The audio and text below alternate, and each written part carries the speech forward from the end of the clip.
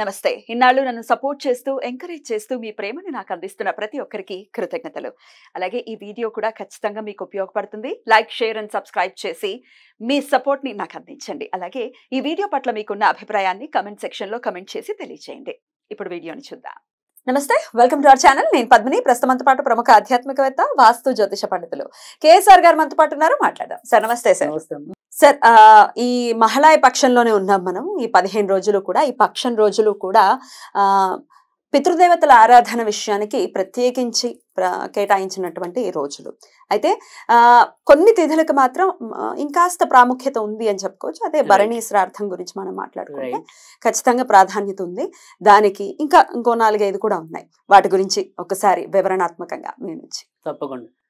ఈ భరణీ శ్రాద్ధం అనేది కానీ, లేదా మామూలుగా ఈ పితృపక్షంలో కానీ, కొన్నిటికంటే ముఖ్యంగా భరణీ మహాలయ అనేది కానీ, మహాలయ భరణి అని కానీ, ఈ భరణీ నక్షత్రంలో ఉండే శ్రాద్ధం ఏదైనప్పటికీ కూడా అది అమిత సత్ఫలితాలను ఇస్తుందని చెప్పి, మన యొక్క గతించిన పెద్దలకి ఉత్తమ సద్గతుల్ని ప్రాప్తింపజేస్తుందని చెప్పి కూడా మన యొక్క సంప్రదాయం. ఎందుకు భరణి నక్షత్రానికి అంత ప్రాముఖ్యత? భరణీ నక్షత్రం అనేప్పటికీ ఏంటంటే అది దగ్ధ నక్షత్రం, అంటే అగ్నికి సంబంధించిన నక్షత్రం. అది ఇప్పుడు మనకి మేష రాశి అంటేనే దానికి అది అగ్ని స్వభావం కలిగిన రాశి కదా. ఆ రాశిలో భరణి అనేది మరింత తేజవంతమైనది. అలాగే యమధర్మరాజు నక్షత్రం అని కూడా చెప్తారు. శనికి కూడా అదే నక్షత్రం. శని నక్షత్రం అంటే శని, యమధర్మరాజు వీళ్ళంతా సోదరులు కాదు. శనిది కూడా ఒరిజినల్ గా శని నక్షత్రం కూడా భరణి నక్షత్రం. మీరు శనికి ఎప్పుడైనా సరే ఈ నవగ్రహ ఆరాధన చేస్తున్నప్పుడు ప్రతి ఒక్కరిది వాళ్ళ యొక్క ప్రవర చెప్పడం అనేది ఉంటుంది, వాళ్ళ యొక్క నక్షత్రం కూడా చెప్పడం అనేది ఉంటుంది. అలా శని నక్షత్రం కూడా భరణి నక్షత్రమే. సో అందుకని ఏదైనప్పటికీ కూడా ఇటు యమధర్మరాజు అనుకోండి, శని అనుకోండి, ఏదైనప్పటికీ కూడా తర్వాత రెండోది ఏంటంటే అగ్నిగ్రహం కూడా మనకి భరణి నక్షత్రం. సో ఇవన్నీ కూడా అగ్నిముఖంగానే వెళ్తాయి కదా. మామూలుగా మనం పెట్టే పిండ తర్పణాలన్నీ కూడా అగ్నిముఖమైనవి అని చెప్పి. సో అందుకని మనకి ఏదైనప్పటికీ కూడా ఇక్కడ ఏంటి అగ్ని ద్వారా శాంతింపజేయటం అనేది ఈ పిండ ప్రధానం, లేదా తెలల ద్వారా అనుకోండి, తెలల ద్వారా, నీళ్ల ద్వారా, ఇలా 4 పద్ధతులు అనేది మనకి శాస్త్రం చెప్తుంది.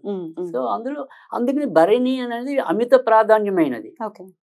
సో అందుకని భరణి నక్షత్రం అనేది. తర్వాత రెండోది ఏంటంటే యోగాల్లోకి వచ్చేటికి వ్యతిపాత యోగం, వైద్యుతి శ్రాద్ధం, ఈ రెండింటికి కూడా చాలా విశిష్టత ఉంది. మీరు మహాలయ పక్షాల్లోనే కాదు, ఒకవేళ ఎప్పుడైనా మనకి ఈ రోజుల్లో కుదరకపోయినప్పుడు కూడా మీకు ఇలాంటివి 96 రోజులు చెప్పారు 365 రోజులకి. సో ఈ 365 రోజుల్లో ఎప్పుడైనా సరే ఈ భరణీ నక్షత్రం వచ్చినప్పుడు కానీ, వ్యతిపాత యోగం వచ్చినప్పుడు కానీ, వైద్యుతి యోగం వచ్చినప్పుడు కానీ, అన్ని అమావాస్యలు శ్రాద్ధ కర్మలు నిర్వర్తించవచ్చు. సో ఆ రకంగా చేయడం అనేది సంప్రదాయం ఉంది. కనుక ఈ రోజు చేయటం వల్ల ఏంటంటే ఉపయోగం ఏంటంటే ఇక్కడ కేవలం మన యొక్క పితృదేవతలకే కాదు, ఇప్పుడు అకస్మాత్తుగా తెలియని వాళ్ళు మరణించినా గానీ, లేదా కొంతమంది గురేసుకుని పోయే వాళ్ళు కానీ, ఆత్మహత్యలు చేసుకున్న వాళ్ళు కానీ, ఇలాంటి వాళ్ళ కోసం ఖచ్చితంగా చతుర్దశి, అమావాస్య, భరణి, ద్వాదశి ఈ 4 రోజులు కూడా చాలా ఉపయుక్తమైనవి అని చెప్పి శాస్త్రం చెప్తుంది. కనుక అందులో ప్రధానమైనది ఇప్పుడు మొదట వచ్చేదైతే కనుక భరణి, తర్వాత మీకు వైద్యుతి వస్తుంది, తర్వాత వ్యతిపాత వస్తుంది, చతుర్దశి, ఇవన్నీ మామూలుగా. సో ఆ రకంగా మనకి ఈ రకం నిర్వహించుకోవటం ఇది ఈ రోజు చాలా ఉపయుక్తంగా ఉంటుంది. రైట్.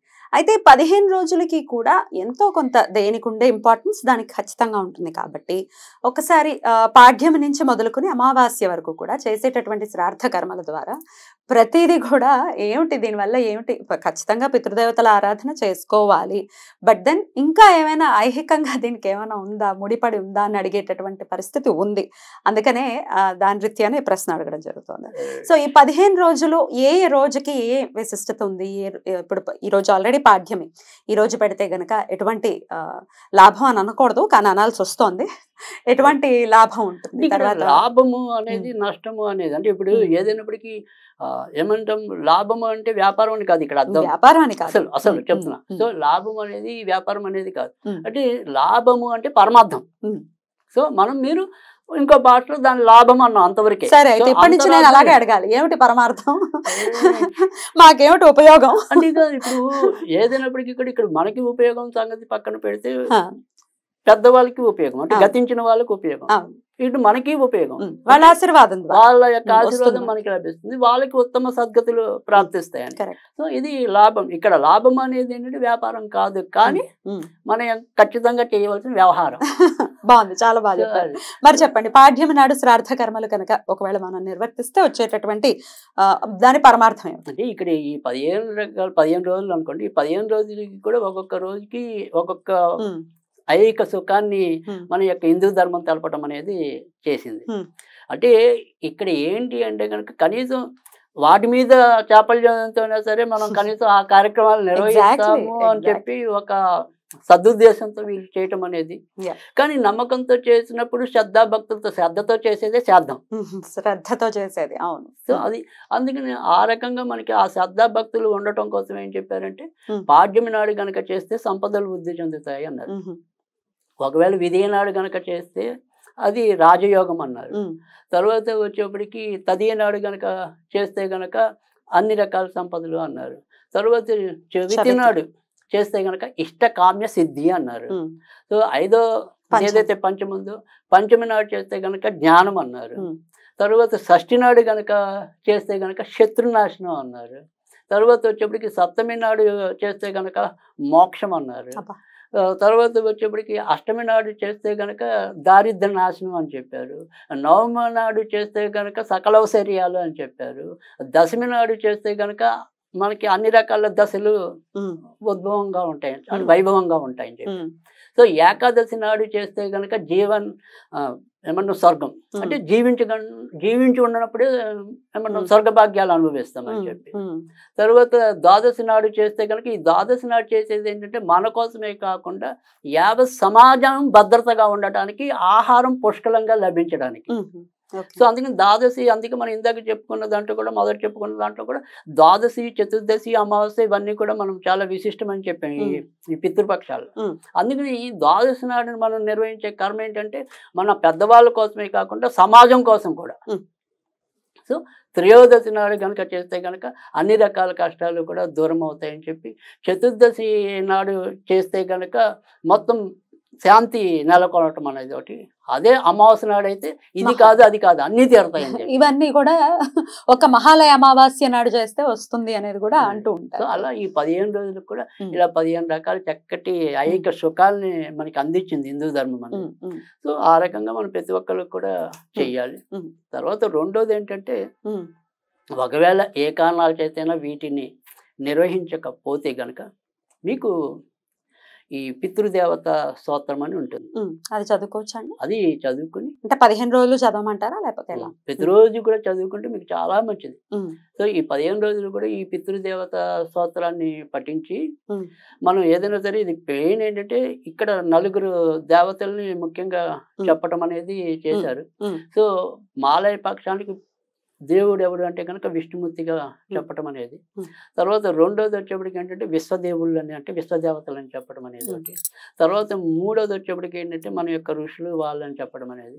సో నాలుగోది వచ్చేప్పటికి ఏంటంటే మన యొక్క తర్వాత ఉండే ఆగామి భవిష్యత్తు, అంటే తర్వాత భవిష్యత్తుకి సంబంధించిన ఎవరైతే ప్రవరులు ఉంటారో దేవతలు ఉంటారో వాళ్ళు సుఖించడానికి అని చెప్పి. అందుకని ఈ నలుగురిని సంతృప్తి పరచడానికి కూడా ఇవి జరుగుతాయి. కనుక ఇక్కడ మనం ఏదైతే ఇందాక చెప్పిన ఈ దేవతా స్తోత్రం అనేది రోజుకి ఒకసారి చెప్తారండి. అది పెద్దగా ఉంటుంది, పెద్దది ఉంటుంది. మరి ఎలా ఎక్కడైనా దొరుకుతుందా? నేను చెప్తాను. సో ఈ దేవతా స్తోత్రాన్ని పఠించి కొద్దిగా విష్ణుమూర్తికి బెల్లం ముక్క నివేదన చేయండి. చేస్తే తప్పకుండా మనకి ఆ పెద్దలకు పెట్టిన పుణ్యం అయితే తప్పగా లభించడం అనేది అయితే ఉంటుంది. ఆ రకంగా చేస్తే మీకు తప్పకుండా మంచి జరుగుతుంది.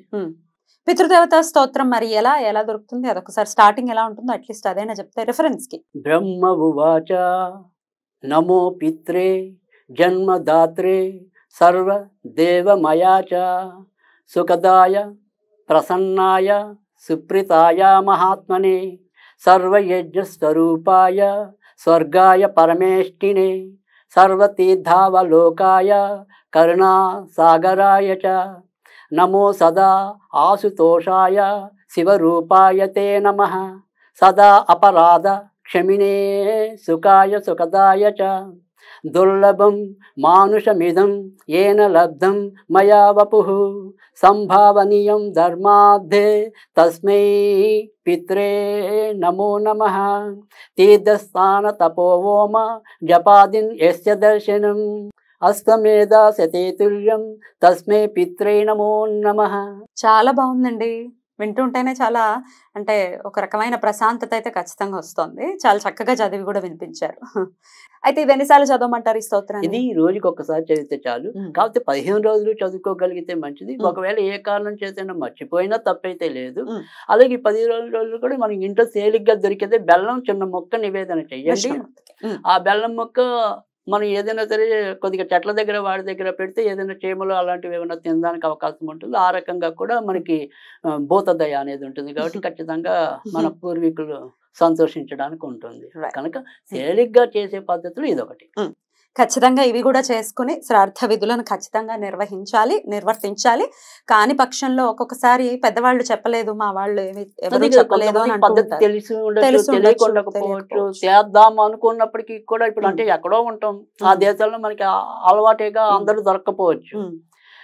కనీసం అలాంటి చోటనే ఇది ఈ స్తోత్రం ఉపయోగపడుతుంది. కరెక్ట్. ఇప్పుడు ఇంకొక ప్రశ్న అండి, ఈ ఏటి సూతకంలో ఆల్రెడీ ఈ సంవత్సరం మేము ఉన్నాము, మళ్ళీ మేము చెయ్యాలా అని అడిగితే ఏంటి దానికి ఆన్సర్? అంటే ఏటి సూతకంలో ఉన్న వాళ్ళు ఆల్రెడీ ప్రతి నెల చేస్తూ ఉంటారు కాబట్టి ఇప్పుడు ప్రత్యేకంగా అవసరం. ఎగ్జాక్ట్లీ.